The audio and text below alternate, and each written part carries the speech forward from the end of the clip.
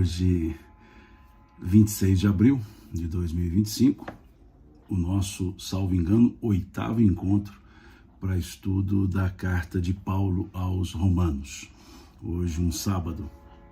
Então, vamos seguir com o nosso estudo da carta de Paulo aos Romanos. Sejam todos vocês bem-vindos. E vamos falar hoje do capítulo 3, versículos 21 a 31, ou seja, vamos encerrar o capítulo 3 nessa manhã de hoje, nessa manhã de sábado. Nós já estamos estudando a carta já faz um tempo e vamos seguindo, né? Ainda por um bom tempo, porque estamos no capítulo 3 e temos que estudar toda a carta. Repito, a carta de Paulo aos Romanos, para mim, é um dos tratados teológicos mais profundos da estrutura paulina. De todas as cartas de Paulo, de todas as epístolas escritas por Paulo ou atribuídas a ele, eu vejo na carta aos Romanos um profundo estudo, uma profunda reflexão sobre a mensagem do Cristo. Creio eu que essa carta aos Romanos seja o divisor de águas no raciocínio cristão. E uma outra sequência de estudos que estamos fazendo é sobre a história do cristianismo. Nós falaremos um pouco sobre a importância de Paulo para a história do cristianismo. E aqui na carta, hoje especificamente, nós vamos conversar do versículo 21 à frente, do capítulo 3, que vem como um título da exegese, a justificação pela fé em Cristo. Nós trabalhamos até agora as falas, a introdução, digamos, né, do que Paulo vinha trabalhando aos romanos, dizendo a eles sobre a importância aos judeus romanos cristãos, aos judeus que estavam em Roma cristãos, aos cristãos não judeus que também estavam em Roma. Paulo então conversava sobre a fé, sobre as obras da lei, sobre o cumprir as regras da lei, sobre o comportamento mediante o entendimento dos mandamentos, e ele fazia e faz a crítica da exterioridade e da interioridade da religiosidade, por assim dizer. Ou seja, ele critica as aparências e ele enaltece a essência. O sentimento de viver o evangelho é mais importante do que as práticas exteriores apenas demonstrativas. Então essa é a ideia, resumidamente, a ideia paulina. E aqui então no versículo 21, vamos ler à frente, né, toda a estrutura, diz o seguinte, a carta de Paulo: mas agora sem lei se manifestou a justiça de Deus, testemunhada pela lei e pelos profetas. A justiça de Deus mediante a fé em Jesus Cristo para todos e sobre todos os que creem, porque não há distinção, pois todos pecaram e carecem da glória de Deus, sendo justificados gratuitamente por sua graça, mediante a redenção que há em Cristo Jesus, a quem Deus propôs no seu sangue como propiciação, mediante a fé, para manifestar a sua justiça, por ter Deus, na sua tolerância, deixado impunes os pecados anteriormente cometidos. Tendo em vista a manifestação da justiça no tempo presente, para ele mesmo ser justo e o justificador daquele que tem fé em Jesus Cristo. Onde, pois, a jactância foi toda excluída? Por que lei? Por que das obras? Não, pelo contrário, pela lei da fé, concluímos, pois, que o homem é justificado pela fé, independentemente das obras da lei. E é porventura Deus somente dos judeus? Não o é também dos gentios? Sim, também dos gentios, visto que Deus é um só, o qual justificará por fé o circunciso e mediante a fé o incircunciso. Anulamos, pois, a lei pela fé? Não, de maneira nenhuma, antes confirmamos a lei. Esse é o trecho da carta de Paulo. Mais uma vez, aparentemente confuso, mas não é confuso. Entendendo o contexto, entendendo a cultura, entendendo a forma de linguagem e o objetivo, facilita-nos a interpretação. Johann Calvino, ele dizia que interpretar um texto é tentar entender o pensamento do escritor. É interessante isso. Que, aliás, Calvino é um dos grandes intérpretes de Paulo. Aliás, tem um livro dele interessante, que é Romanos, né, que é de Calvino. Eu até não coloquei na foto da nossa literatura, mas é interessante. É um livro escrito lá no século XVII, século XVI. Esse livro é escrito. E ele comenta a carta de Paulo aos Romanos, obviamente com uma visão característica daquela cultura e com uma visão calvinista, o que não podia ser diferente, já que o livro é de João Calvino, né, o Johann Calvinus, que é um bom intérprete. Quando ele escreveu esse livro aqui, ele tinha por volta dos seus 30 anos, né, estava no auge do processo da reforma religiosa pós-Lutero, né? Então é interessante essa obra, né, de Calvino, e aqui também, né, aqui em cima eu estou mostrando, ó, aqui existe uma outra sequência de obra dele, de Calvino, que são as Institutas. É muito interessante também para quem quer conhecer o pensamento reformista de Johann Calvino. Mas só observação, e ele dizia isso, que para não adulterar um texto, para não adulterar a interpretação, precisaria entender o pensamento do escritor, o pensamento do autor. E é isso que, de certa forma, nós fazemos ao analisar os textos, tentando entender qual era a personalidade de Paulo, tentando entender a característica do povo para quem ele escrevia, tentando entender o corpo doutrinário que ele defendia, tentando entender a cultura geral na qual ele se incluía. E aí facilita-nos um pouco perceber os dizeres do texto. Não é uma interpretação teológica, não é uma interpretação gramático-histórico-literal. É uma interpretação buscando aquilo que o próprio apóstolo Paulo falava, o espírito da letra, né? Tentando entender a aura, né? O contexto, o conjunto de elementos que levou Paulo a escrever o texto. E aqui, então, vem um ponto que eu diria forte, para não dizer o divisor de águas do pensamento paulino, que é a justificação pela fé. O que é a ideia de justificação no termo de Paulo, nos termos paulinos? Justificação é o mesmo que aprovação, é o mesmo que salvação, é o nos justificar perante Deus, é o sentirmos-nos merecedores do nosso desenvolvimento, da nossa evolução. Então, quando diz justificação, é estar quite com a consciência em Deus.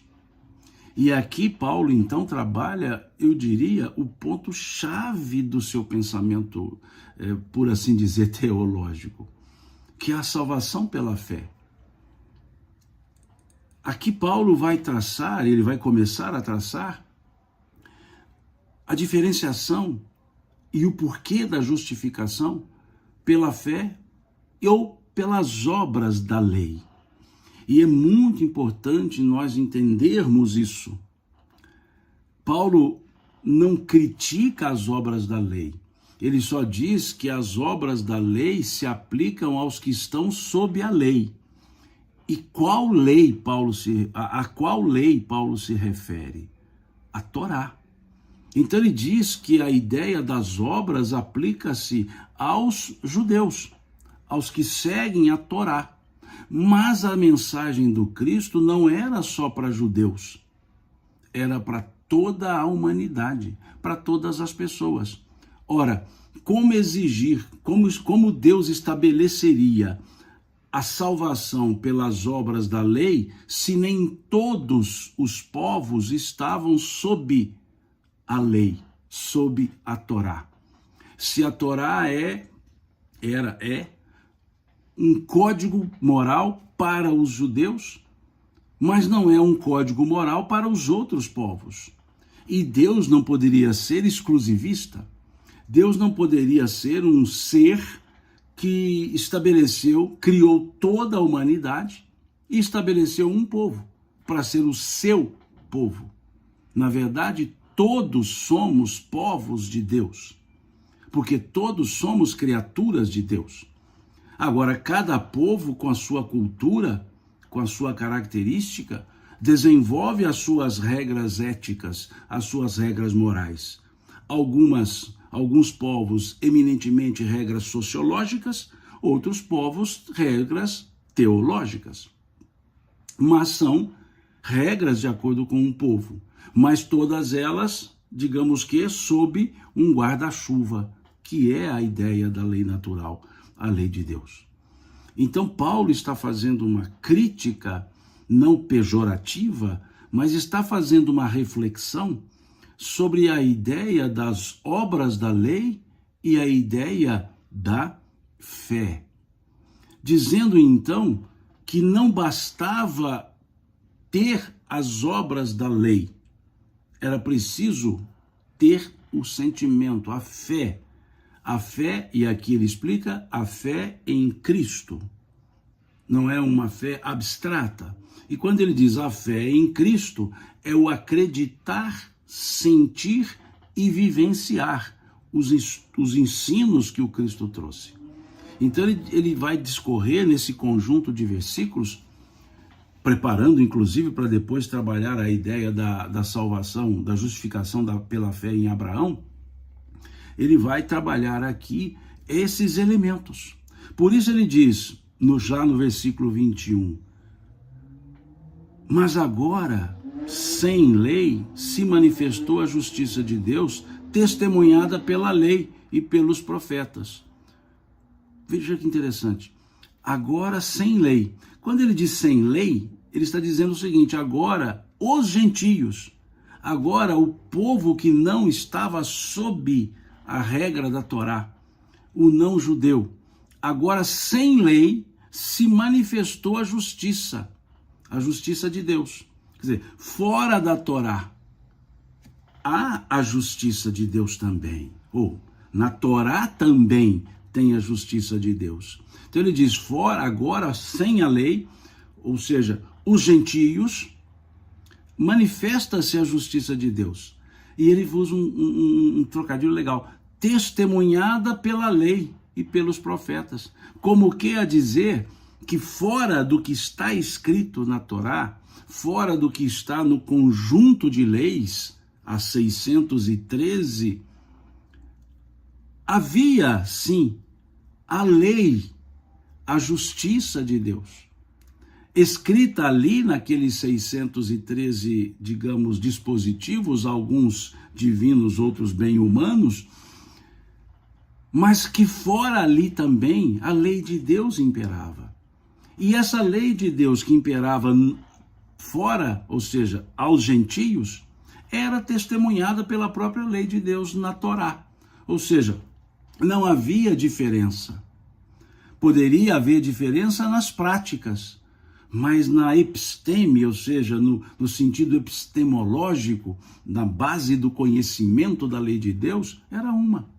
E está correta a ideia paulina, óbvio, porque a lei de Deus só pode ser uma, porque Deus é apenas um, ele vai dizer isso aqui, pois Deus é um só. Damião pergunta qual o texto, é o capítulo 3, Damião, a partir do versículo 21 até o final do tópico, até o 30, da carta de Paulo aos Romanos. É o nosso estudo diário da carta de Paulo aos Romanos. Então vejam, aqui faz essa observação, que agora, ou seja, no tempo presente dele, sem lei se manifestou a justiça de Deus, ou seja, a justiça de Deus ela é única. As estruturas religiosas, as escolas religiosas, as religiões interpretam e, digamos que, buscam regulamentar a lei de Deus.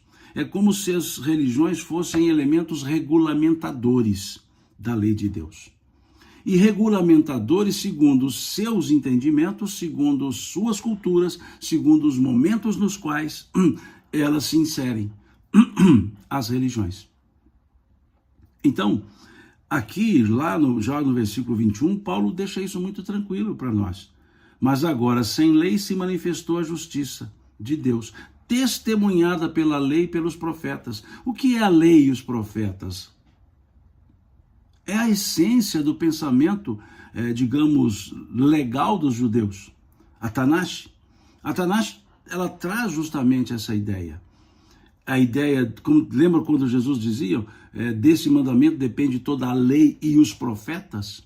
Observemos na transfiguração, quem aparece junto a Jesus na transfiguração, Moisés, que simboliza a lei, Elias, que simboliza os profetas, Elias, o maior dos profetas, e Moisés, que representa a lei, a Torá. Então, aqui então está dizendo Paulo que a justiça de Deus aos gentios é testemunhada tanto pela lei, pela Torá, quanto pelos profetas. Ou seja, não diverge. Podem divergir as práticas, mas não diverge a essência. Prática, ela se mistura à cultura do povo para viver a mesma essência, mas de maneira diferente. Vamos observar, para facilitar, olhamos a prática da Igreja Católica Apostólica Romana e olhemos a prática, por exemplo, das igrejas protestantes. A essência que elas comungam é a mesma, a mensagem do Cristo. Mas a maneira de praticar no aspecto, digamos que exterior, difere. A Igreja Católica ela é muito dada aos ritos, às simbologias, aos rituais. Já as igrejas protestantes, em regra, não são dadas a rituais. Embora tenham alguns, mas não são dadas a rituais. A Igreja Católica Apostólica Romana trabalha muito em cima de símbolos. Quando olha, por exemplo, a missa é uma grande simbologia de passagens, de momentos vividos pelo Cristo. O ano litúrgico é uma grande simbologia da vida do próprio Cristo, do tempo do Cristo. Já as igrejas protestantes não, trabalham, né, sem um ritual, por assim dizer, engessado, limitado. Então, essas são as práticas. Existem igrejas cujas práticas são menos devocionais, outras mais devocionais. Há uso de paramentos. Em algumas religiões, o paramento, ou seja, a vestimenta, é um elemento ritualístico, é um elemento simbólico, para outras não. Então, as práticas são diferentes, mas a essência é a mesma. Qual é a essência das igrejas cristãs? O Cristo. Qual é a forma de vivenciar ou de praticar? Ela vai mudando. São formas. Essência no singular, formas no plural. Então, aqui Paulo está dizendo que a justiça de Deus é a mesma para gentios ou para judeus. Porque, diz ele, Deus é um só. E aí ele segue dizendo, justiça de Deus mediante a fé em Jesus Cristo, para todos, e sobre todos os que creem, porque não há distinção, pois todos pecaram e carecem da glória de Deus, sendo justificados gratuitamente por sua graça, mediante a redenção em que há em Cristo Jesus, a quem Deus propôs no seu sangue, como propiciação mediante a fé, para manifestar a justiça, por ter Deus, na sua tolerância, deixado impune os pecados anteriormente cometidos. Vejam, aqui Paulo está dizendo que a justiça de Deus foi melhor apresentada, ou foi melhor, não é bem a palavra, foi unicamente demonstrada na sua grandeza pelo Cristo. Como a dizer que entender a justiça de Deus é mais fácil entendendo os ensinos do Cristo. Daí aquela ideia do verbo, ou seja, a palavra de Deus, ou seja, aquela lei natural, Cristo a verbalizou para nós. Por isso dizer o verbo de Deus encarnado, ou seja, não é o Deus encarnado, o verbo, ou seja, o ensino, a lei natural, a lei divina, proferida pelo Cristo. E aí ele diz fé em Jesus Cristo, não é no sentido devocional, pura e simplesmente. Fé em Jesus Cristo não é no sentido contemplativo, melhor dizendo, porque devocional acaba sendo. Não é no sentido contemplativo, não é aquela fé externa, não é a fé para cumprir rituais, achando que os rituais determinam a consequencialidade da própria fé. Não, é aquela fé independente de religiões. Emmanuel, lá no livro Consolador, questão 354, ele nos dá uma definição sobre fé muito interessante. Ele diz: ter fé é guardar no coração a luminosa certeza em Deus, certeza que ultrapassa os limites das crenças religiosas. Olha que definição. Percebamos essa profundidade. Ter fé é guardar no coração a luminosa certeza em Deus. Certeza que ultrapassa os limites das crenças religiosas. Mostrando-nos que crença está limitada pelos conceitos religiosos. A fé, não. A fé é o sentimento natural, genuíno da criatura para com o Criador. As crenças religiosas trazem rituais. A fé dispensa rituais, naturalmente.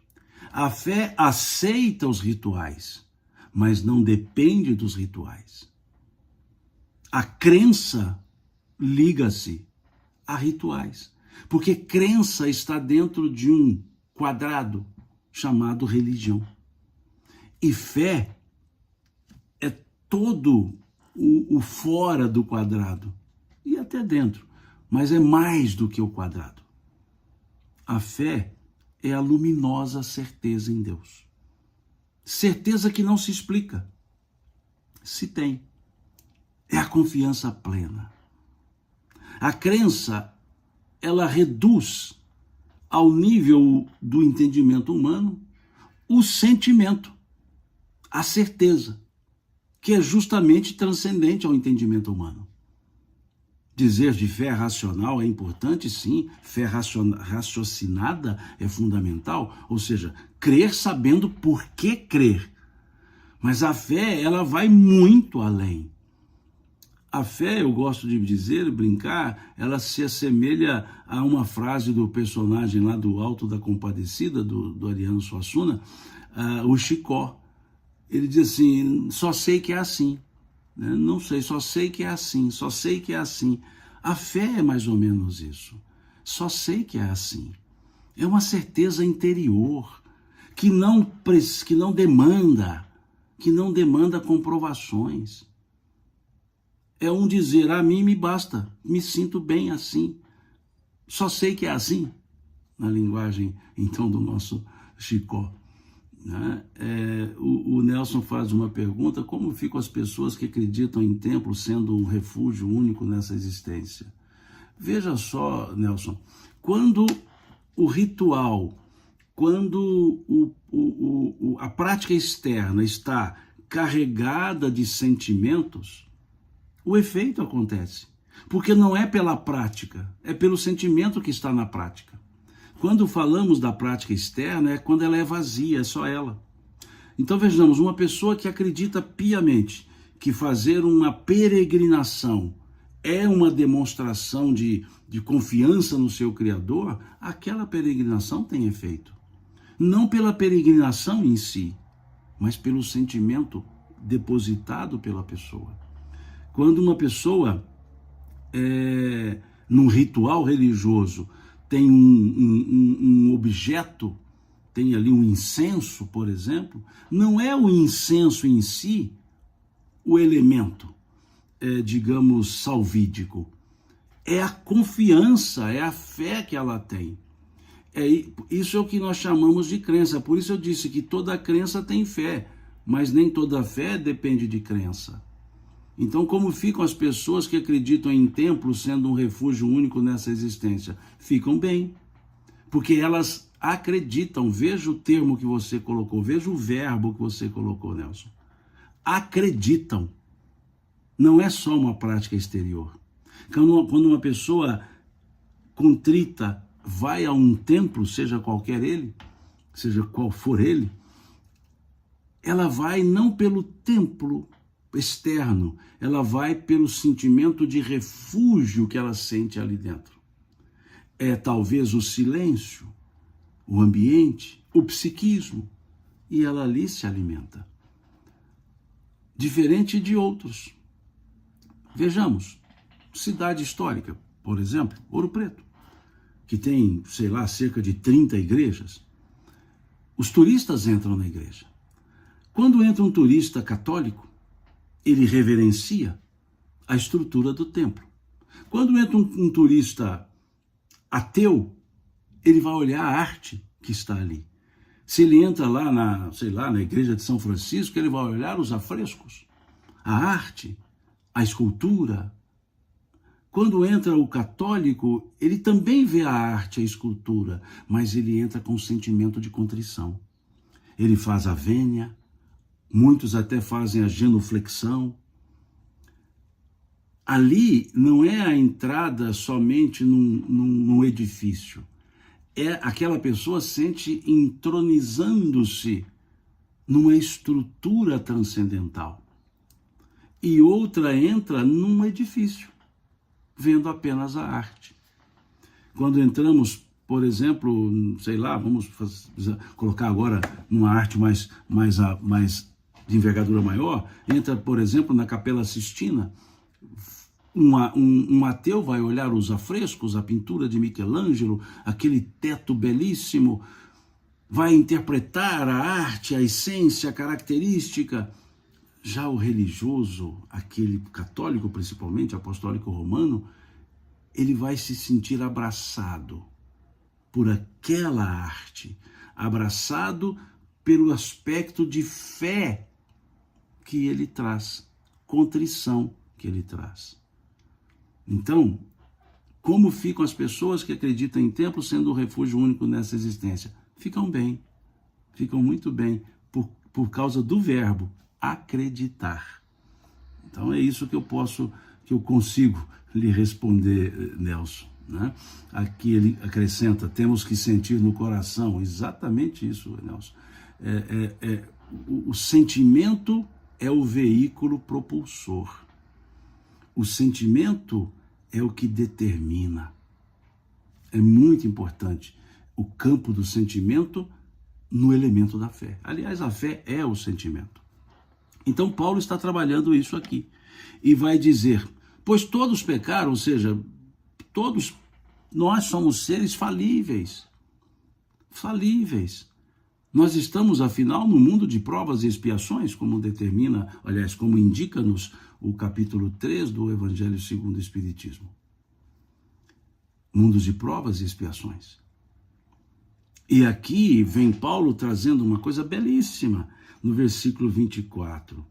Ele diz, pois todos pecaram, né, e carecem da glória de Deus, versículo 23, depois ele diz no 24, sendo justificados gratuitamente por sua graça, mediante a redenção que há em Cristo Jesus. Olha que interessante. Sendo justificados gratuitamente por sua graça. Esse gratuitamente, veja, é um advérbio, é muito legal. Aliás, advérbios quando nos deparamos com advérbios, com alocuções adverbiais, com orações adverbiais, é interessante darmos uma parada, porque advérbio ele é muito rico, advérbio de forma, de conteúdo, de intensidade, de tempo, de essência. Aqui então, veja, está usando um advérbio, Deus nos dá gratuitamente, como quem diz, é da lei de Deus, está na natureza, ninguém vai comprar a justificação, ninguém precisa fabricar a justificação, é da essência divina. Se nós olharmos essa expressão, esse advérbio, gratuitamente, e acrescido ainda por sua graça já é também gratuitamente, ou seja, por sua vontade, nos leva a um dos atributos da divindade, um dos atributos de Deus, estudado pela filosofia, trazido pelos benfeitores espirituais, na questão número 13, lá do Livro dos Espíritos. Deus é soberanamente justo e bom. Deus é soberanamente justo e bom. Aqui nessa expressão fica belíssimo isso, na expressão paulina. Sendo justificados gratuitamente por sua graça, mediante redenção que há em Cristo Jesus. E se nós olharmos a questão 625, lá do Livro dos Espíritos, nós veremos uma pergunta e uma resposta interessantes.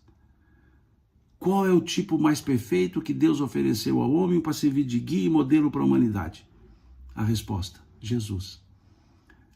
Vejamos que a questão 113, com a questão 625,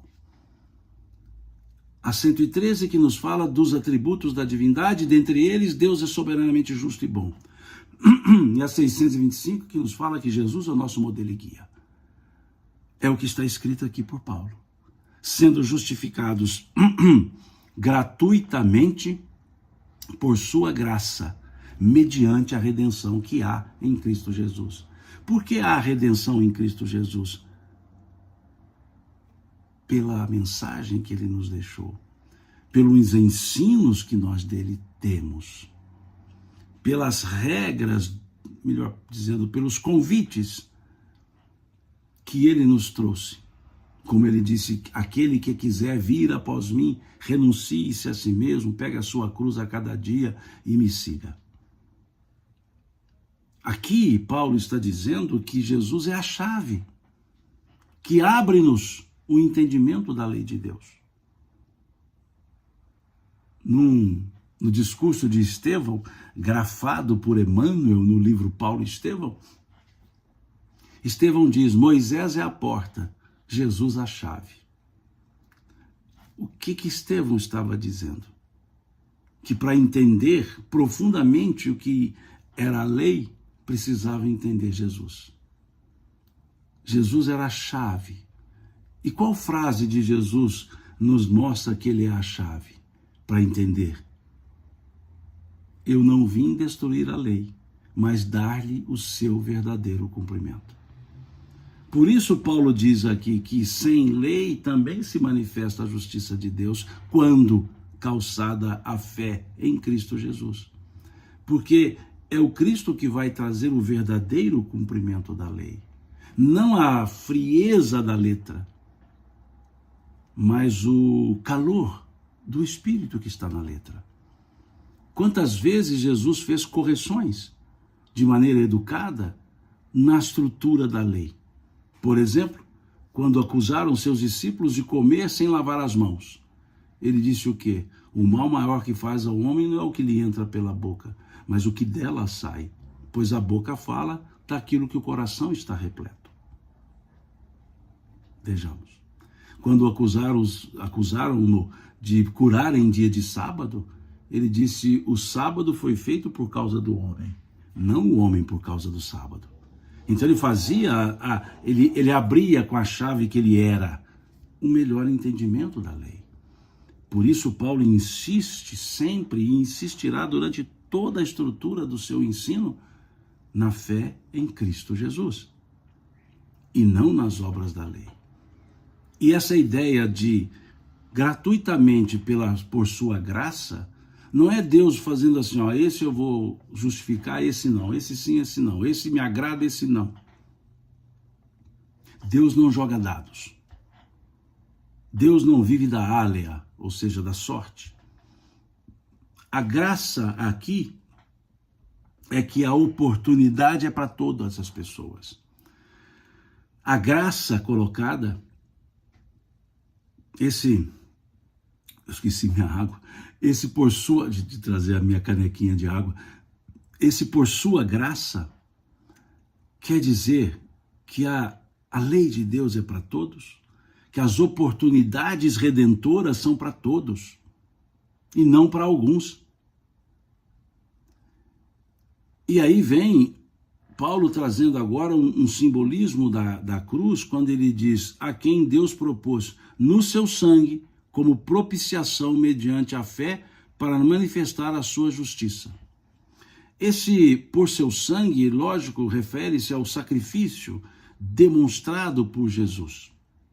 O sacrifício da cruz, ele é validado por Jesus ter reaparecido depois da morte. Eu vou usar o termo ressurreição, que é o termo que está nos evangelhos, sem entrar no mérito teológico da palavra ser ressurreição. Vamos usar o termo ressignificando reaparecimento. O sacrifício da cruz mostrou a morte. O reaparecimento de Jesus depois da morte mostrou a morte da morte, ou seja, mostrou que a vida continua. Então, o sacrifício do sangue da cruz, do sangue, no termo evangélico, vertido da cruz, está na ressurreição, ou no sentido de reaparecimento. Está no fato de Jesus se mostrar depois da morte. Se houvesse apenas a cruz, sem o reaparecimento depois da morte, não haveria o sacrifício, não haveria o simbolismo, não haveria a consequência. Seria a morte como a morte de outros crucificados. 2 deles que foram crucificados com Jesus não reapareceram depois da morte. Se Jesus não reaparecesse, seria como aqueles outros 2. Então, quando dizemos o sacrifício da cruz, não podemos isolar a cruz. É preciso que a cruz esteja colocada no contexto, que a cruz só termina 3 dias depois da crucifixão, quando Jesus se reapresenta para dizer, eu venci a morte, eu matei a morte, para dizer, olha, vejam, a vida continua, a vida não termina no túmulo. Então esse é o grande elemento do chamado sacrifício do sangue da cruz. Volto a dizer, se Jesus não houvesse reaparecido, seria mais um crucificado. E quem diz isso também é o apóstolo Paulo, não aqui aos Romanos, não aqui nesse texto. Ele vai dizer, se Jesus não houvesse ressuscitado, em vão seria a sua pregação, vã seria a sua doutrina. Ou seja, se ele não tivesse provado que existe outro mundo, não adiantava ou não teria adiantado ele ter falado que existia outro mundo. Então está muito tranquilo isso, né? Nós não podemos transformar o fato da cruz num elemento salvífico sem colocá-lo no contexto da vida de Jesus. E no contexto da vida de Jesus, ele se apresenta depois da crucifixão, depois da morte. O Fernando faz uma pergunta, Simão, o que significa o termo justificado na fala de Paulo? Até eu disse isso no início, Fernando, talvez você não tinha entrado. Significa a salvação. No contexto de Paulo é o seguinte, será justificado por Deus, ou seja, estará em comunhão com Deus. Na linguagem espírita, por exemplo, é a questão 621, né? É a consciência tranquila. Onde está escrita a lei de Deus? É a questão 621 do Livro dos Espíritos. Na consciência é a resposta. Então essa justificação é essa consciência tranquila. Na fala paulina seria estar em comunhão com Deus. Para estar em comunhão com Deus, a fé seria o elemento de justificação. E não as obras da lei, que ele vai criticar agora à frente, nós vamos chegar lá. E aí ele então vai trabalhar mediante a fé para manifestar sua justiça, por ter Deus, na sua tolerância, deixado impunes os pecados anteriormente cometidos. Tendo em vista a manifestação da sua justiça no tempo presente, para ele mesmo ser justo e o justificador daquele que tem fé em Jesus.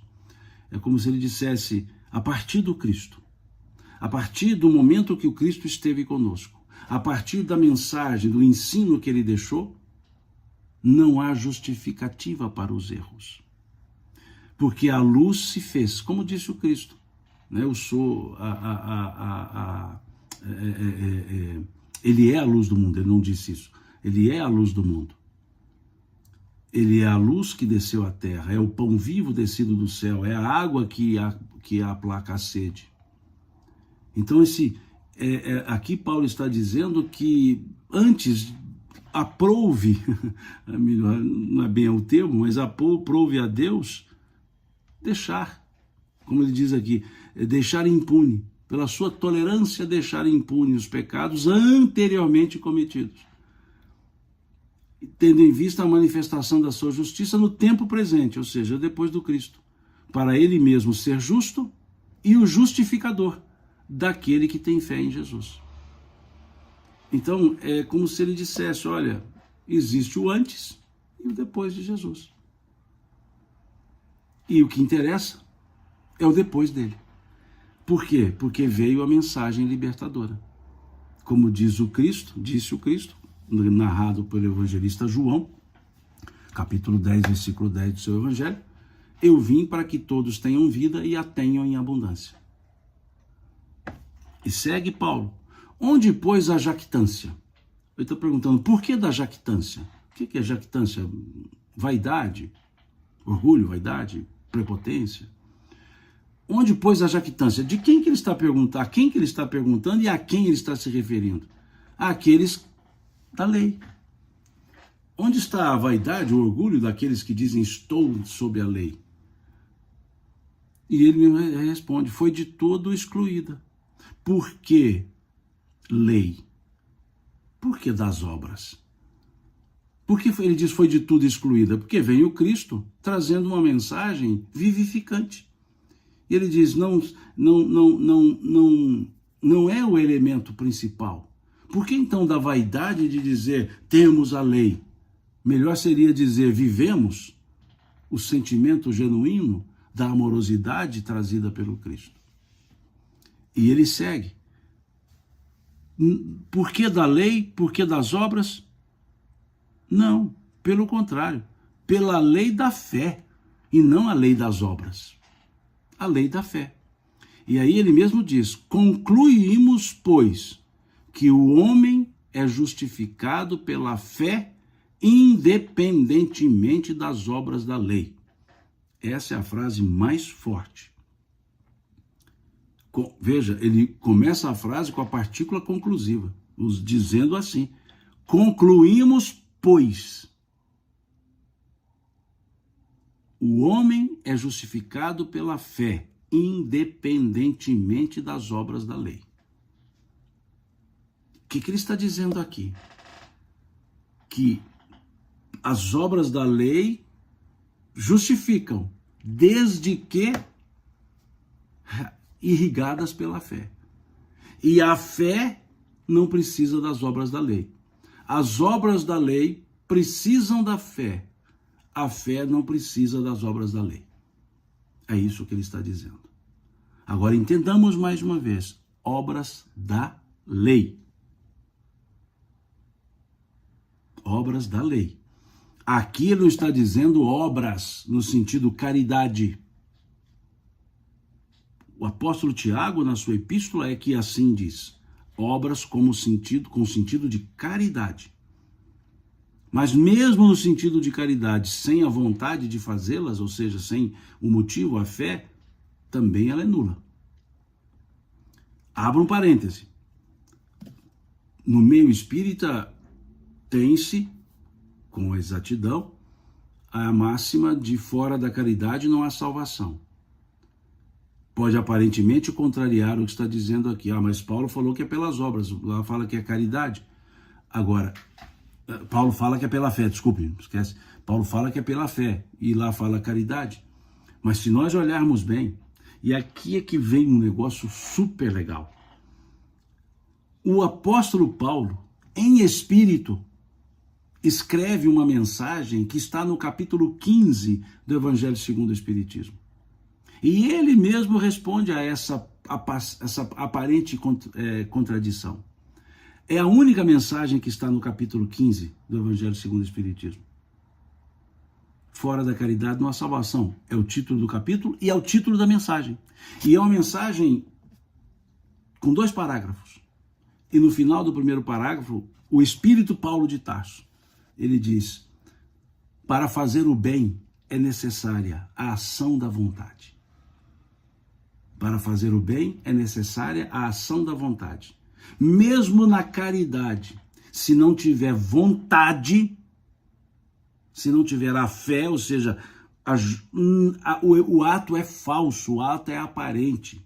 Suponhamos, eu vou fazer uma campanha de arrecadação de alimentos. Aí a pessoa diz assim: Simão, você vai na campanha de arrecadação de alimentos? Eu falo: lógico que eu vou. Se eu não for, o que vão pensar de mim? Veja, se eu não for, o que pensarão a meu respeito? Eu estou indo só por aparência. E tem um pensador espírita, contemporâneo a Kardec, chamado Leon Denis. Ele, no livro O Problema do Ser, do Destino e da Dor, ele escreve: quando os meus atos são bons e os meus pensamentos são maus, existe uma falsa aparência do bem. Existe uma falsa aparência do bem. Então, quando se diz fora da caridade não há salvação, não é o ato material. E aí vou valer-me mais uma vez de Paulo, na sua narrativa, na sua primeira carta aos Coríntios, lá no capítulo 13, que Paulo nos dá uma aula sobre essa ideia do sentimento colocado na fé. Vamos ver aqui, dito pelo próprio Paulo, para que eu não me incorra em algum erro de memória. Veja o que nos fala o apóstolo Paulo, capítulo 13, primeira carta aos Coríntios. Ainda que eu falasse a língua dos homens e dos anjos, se não tiver amor, serei como bronze que soa ou como símbolo que retine. Ainda que eu tenha o dom de profetizar e conheça todos os mistérios e toda a ciência, ainda que eu tenha tamanha fé a ponto de transportar montes, se não tiver amor, nada serei. Ainda que eu distribua todos os meus bens entre os pobres, e ainda que eu entregue o meu próprio corpo para ser queimado, se não tiver amor, nada disso me aproveitará. O amor é paciente, é benigno, o amor não arde em ciúmes, não se ufana, não se ensoberbece, não se conduz inconvenientemente, não procura os seus interesses, não se exaspera, não se ressente do mal, não se alegra com a injustiça, mas regozija-se com a verdade. Tudo sofre, tudo crê, tudo espera, tudo suporte. O amor jamais acaba. Mas havendo profecias, desaparecerão, havendo línguas, cessarão, havendo ciência, passará, porque em parte conhecemos e em parte profetizamos. Quando, porém, vier o que é perfeito, então o que o é somente em parte será aniquilado. E segue. Quando eu era menino, falava como menino e vai seguindo. Veja o que ele diz aqui. Ainda que eu tivesse o dom de profetizar e conhecesse todos os mistérios de toda a ciência, ainda que eu tenha tamanha fé a ponto de transportar montanhas, se eu não tiver amor, nada serei. Então, quando Paulo fala da fé, ele não fala da crença. Ele não fala do acreditar. Ele fala do sentir. E quando fala fé em Cristo Jesus, o que Cristo Jesus nos trouxe, senão a condensação da lei do amor? É esse o ponto que precisamos entender. Vivenciá-lo. É isso que é a fé. E as obras da lei o que são? Cumprir exteriormente aquilo que a lei estabelecia. Só isso. Então, aqui, Paulo deixa muito claro, o homem é justificado pela fé, independentemente das obras da lei. Agora, quando vem o apóstolo Tiago, ele nos fala da obra, mas não é mais a obra da lei no sentido exterioridade. Quando ele nos fala a fé sem obras é nula, é que não adianta eu apenas acreditar em Deus, não adianta eu ter todo o amor a Deus, se eu não sirvo ao próximo, se eu não sou útil aos outros. Do que adianta uma fé que fica encaixotada? Como diz o Cristo, não se acende uma lanterna, uma lamparina, para colocar debaixo do alqueire, mas no velador, para que ilumine ou alumie toda a casa. Então, quando o apóstolo Tiago diz a fé sem obras é morta, é nula em si mesma, ele está se referindo, sim, a obras no sentido de bondade, obras no bem. Aqui, quando Paulo fala que não são as obras que justificam, ele quer dizer obras da lei, os rituais, a ritualística. Calvino não concorda muito com essa ideia. Ele diz que Paulo, quando fala obras da lei, é toda a lei. Já Agostinho, Orígenes, entendem que Paulo se referia a obras da lei no sentido dos rituais.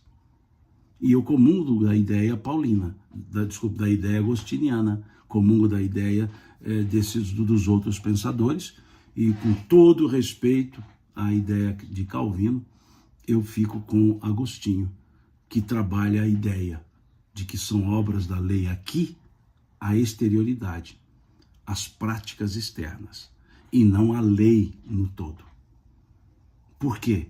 Porque obras da lei é o aspecto de devoção material. E o que Paulo está criticando é isso.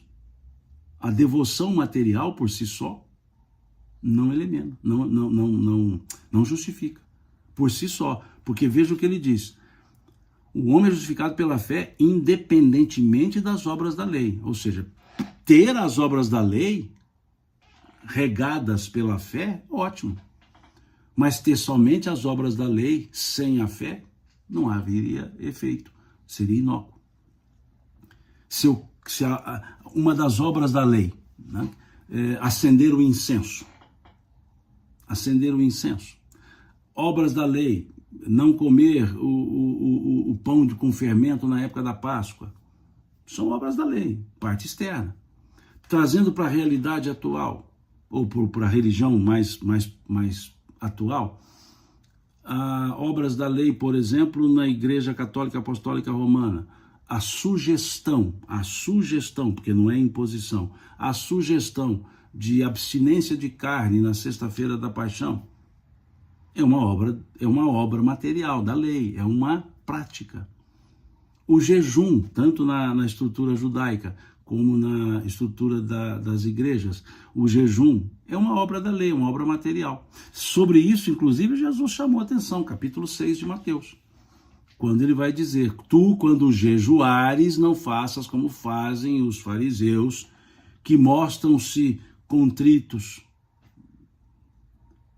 Tu cinges a face, cinjas a face, ou seja, quando jejuar, não conta que está jejuando. Não, porque quando jejuavam, mostravam ali aquele olhar de fraqueza, estou jejuando. Isso é prática exterior.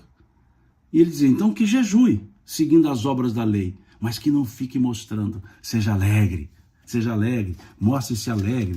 Veja como Mateus registra isso. Vamos lá em Mateus, não custa nada, estamos aqui já, estamos com o texto próximo. Capítulo 6 de Mateus, lá no Sermão do Monte, quando ele fala do jejum, né? Vamos lá. Versículo 16, quando jejuardes, não vos mostreis contristados como os hipócritas, porque desfiguram o rosto com o fim de parecer aos homens que jejuam. Em verdade vos digo, eles já receberam a recompensa. Tu, porém, quando jejuares, unge a cabeça e lava o rosto, com o fim de não parecer aos homens que jejuas, e sim a teu pai em secreto, e teu pai que vem em secreto te recompensará. Então, quando Paulo diz que não são as obras da lei, são esses tipos de obras. Não é o jejum que vai ser o elemento salvídico. É o sentimento que se tem quando se jejua. É a fé ali. E aí os judeus ali, os fariseus, jejuavam mostrando-se contristados, com a face sofrida, para dizer, olha como ele é bom, ele jejua. Isso é exterioridade. E Jesus dizia, não, tudo bem, jejue, mas não mostre que está jejuando. Aí sim é o sentimento. Então entenderam por que Paulo diz que não são as obras da lei que salvam? Daí eu fico com a ideia agostiniana de dizer, de entender que por obras da lei são as práticas exteriores e não toda a estrutura da Torá. Então, aqui fica muito claro que Paulo, e por que Paulo defende essa ideia? Ele não era chamado de o apóstolo dos gentios? Os gentios não estavam sob a lei. Os gentios não seguiam a Torá. Então os gentios nunca seriam justificados perante Deus? Quer dizer que para ser justificado perante Deus, primeiro tinha que ser judeu? Paulo está dizendo que não. E aliás, essa foi uma grande controvérsia, essa foi uma grande, quase que gerou um cisma entre os seguidores do pensamento paulino e dos seguidores do pensamento judaico-cristão da época dos apóstolos ainda. Nós vamos estudar isso no nosso ciclo de estudos sobre a história do cristianismo. Já fizemos dois encontros, a segunda-feira teremos o terceiro. É importante entendermos, porque Paulo dizia isso. E lá à frente, depois nós vamos analisar isso na próxima semana, à frente, Paulo vai dizer sobre Abraão, dizendo que Abraão não foi justificado pela lei, porque a lei não existia quando Abraão existiu. Abraão é antes da lei. A lei vem com Moisés, Abraão é antes de Moisés, ele foi justificado perante Deus, e aliás foi justificado antes mesmo da circuncisão. Antes de ser circuncidado, Abraão já tinha sido justificado por Deus. Então Paulo vem trazer esse elemento. O que eu gosto na fala de Paulo é que ele fundamenta os seus argumentos. Era um grande estudioso, né? Um discípulo um aluno de Gamaliel. Gamaliel, um dos mais sábios doutores da lei, um dos mais sábios rabinos, que por sua vez era da escola de Hillel, né? Uma escola judaica de grande profundidade, né? Duas escolas marcantes do judaísmo, a escola de Shammai e a escola de Hillel. E Gamaliel era da escola de Hillel, e Paulo foi aluno de Gamaliel. Então Paulo era versado nas escrituras. Por isso que os argumentos paulinos, eles são fortes, porque eles são fundamentados. Ele fundamenta no conhecimento judaico para mostrar a inaplicabilidade do pensamento judaico para os gentios. É uma maestria essa estrutura paulina. Ele busca no judaísmo o fundamento para dizer que não se aplica o judaísmo a quem não for judeu. Ele tira do judaísmo os elementos comprobatórios para a sua fala de dizer que os gentios não precisavam ser circuncidados. Ele busca na história dos judeus, lá no patriarca Abraão, a justificativa para a justificativa perante Deus. Então, é muito importante isso. E volto a dizer, aos espíritas em especial, quando citam as obras que salvam e citam Paulo, não é Paulo. As obras, no sentido caridade, quem fala é Tiago.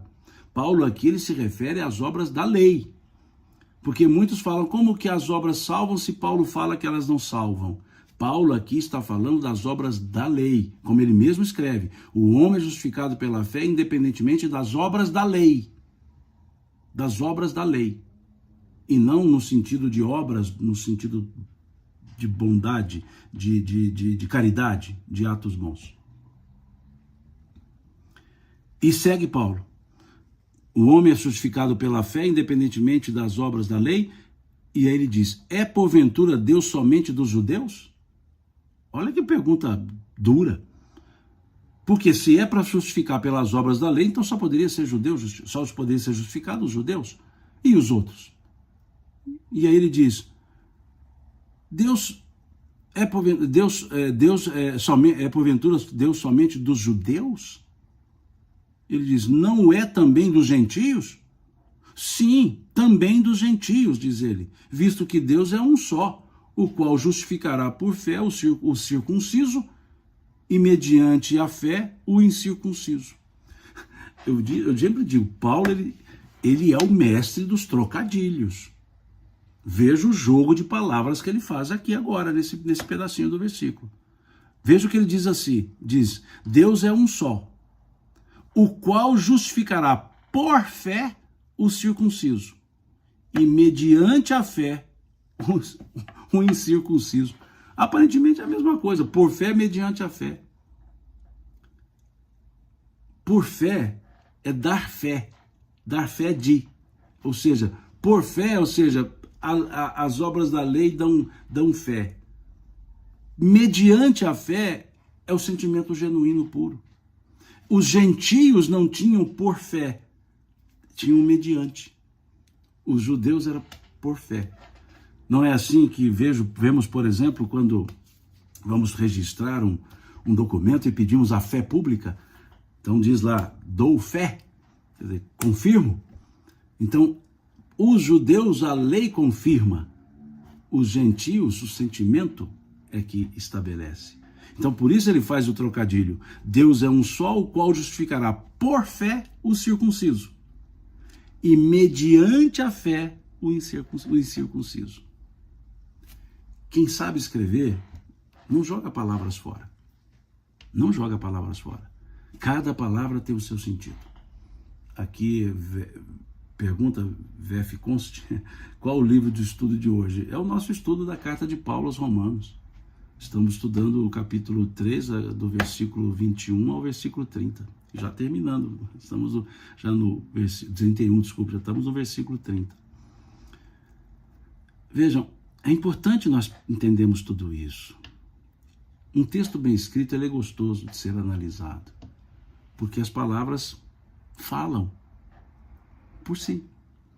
Quem sabe construir um texto, deixa a ideia clara. E não desperdiça palavras. Não desperdiça palavras. Mesmo quando as repete, não as repete por redundância. As repete porque tem um motivo de fixação ali. Então olha esse trocadilho belíssimo. Deus é um só, o qual justificará por fé o circunciso e mediante a fé o incircunciso. Poderia ter dito, então, justificará pela fé o circunciso e o incircunciso. O circunciso tem a lei, o incircunciso não está sob a lei. Então, para o circunciso, por fé. Para o incircunciso, mediante. O que ele demonstra de fé. E aí ele encerra o conjunto dizendo, anulamos, pois, a lei pela fé? Não, de maneira nenhuma. Antes confirmamos a lei. Que primor! Esse trecho, do versículo 21 ao versículo 31, primor.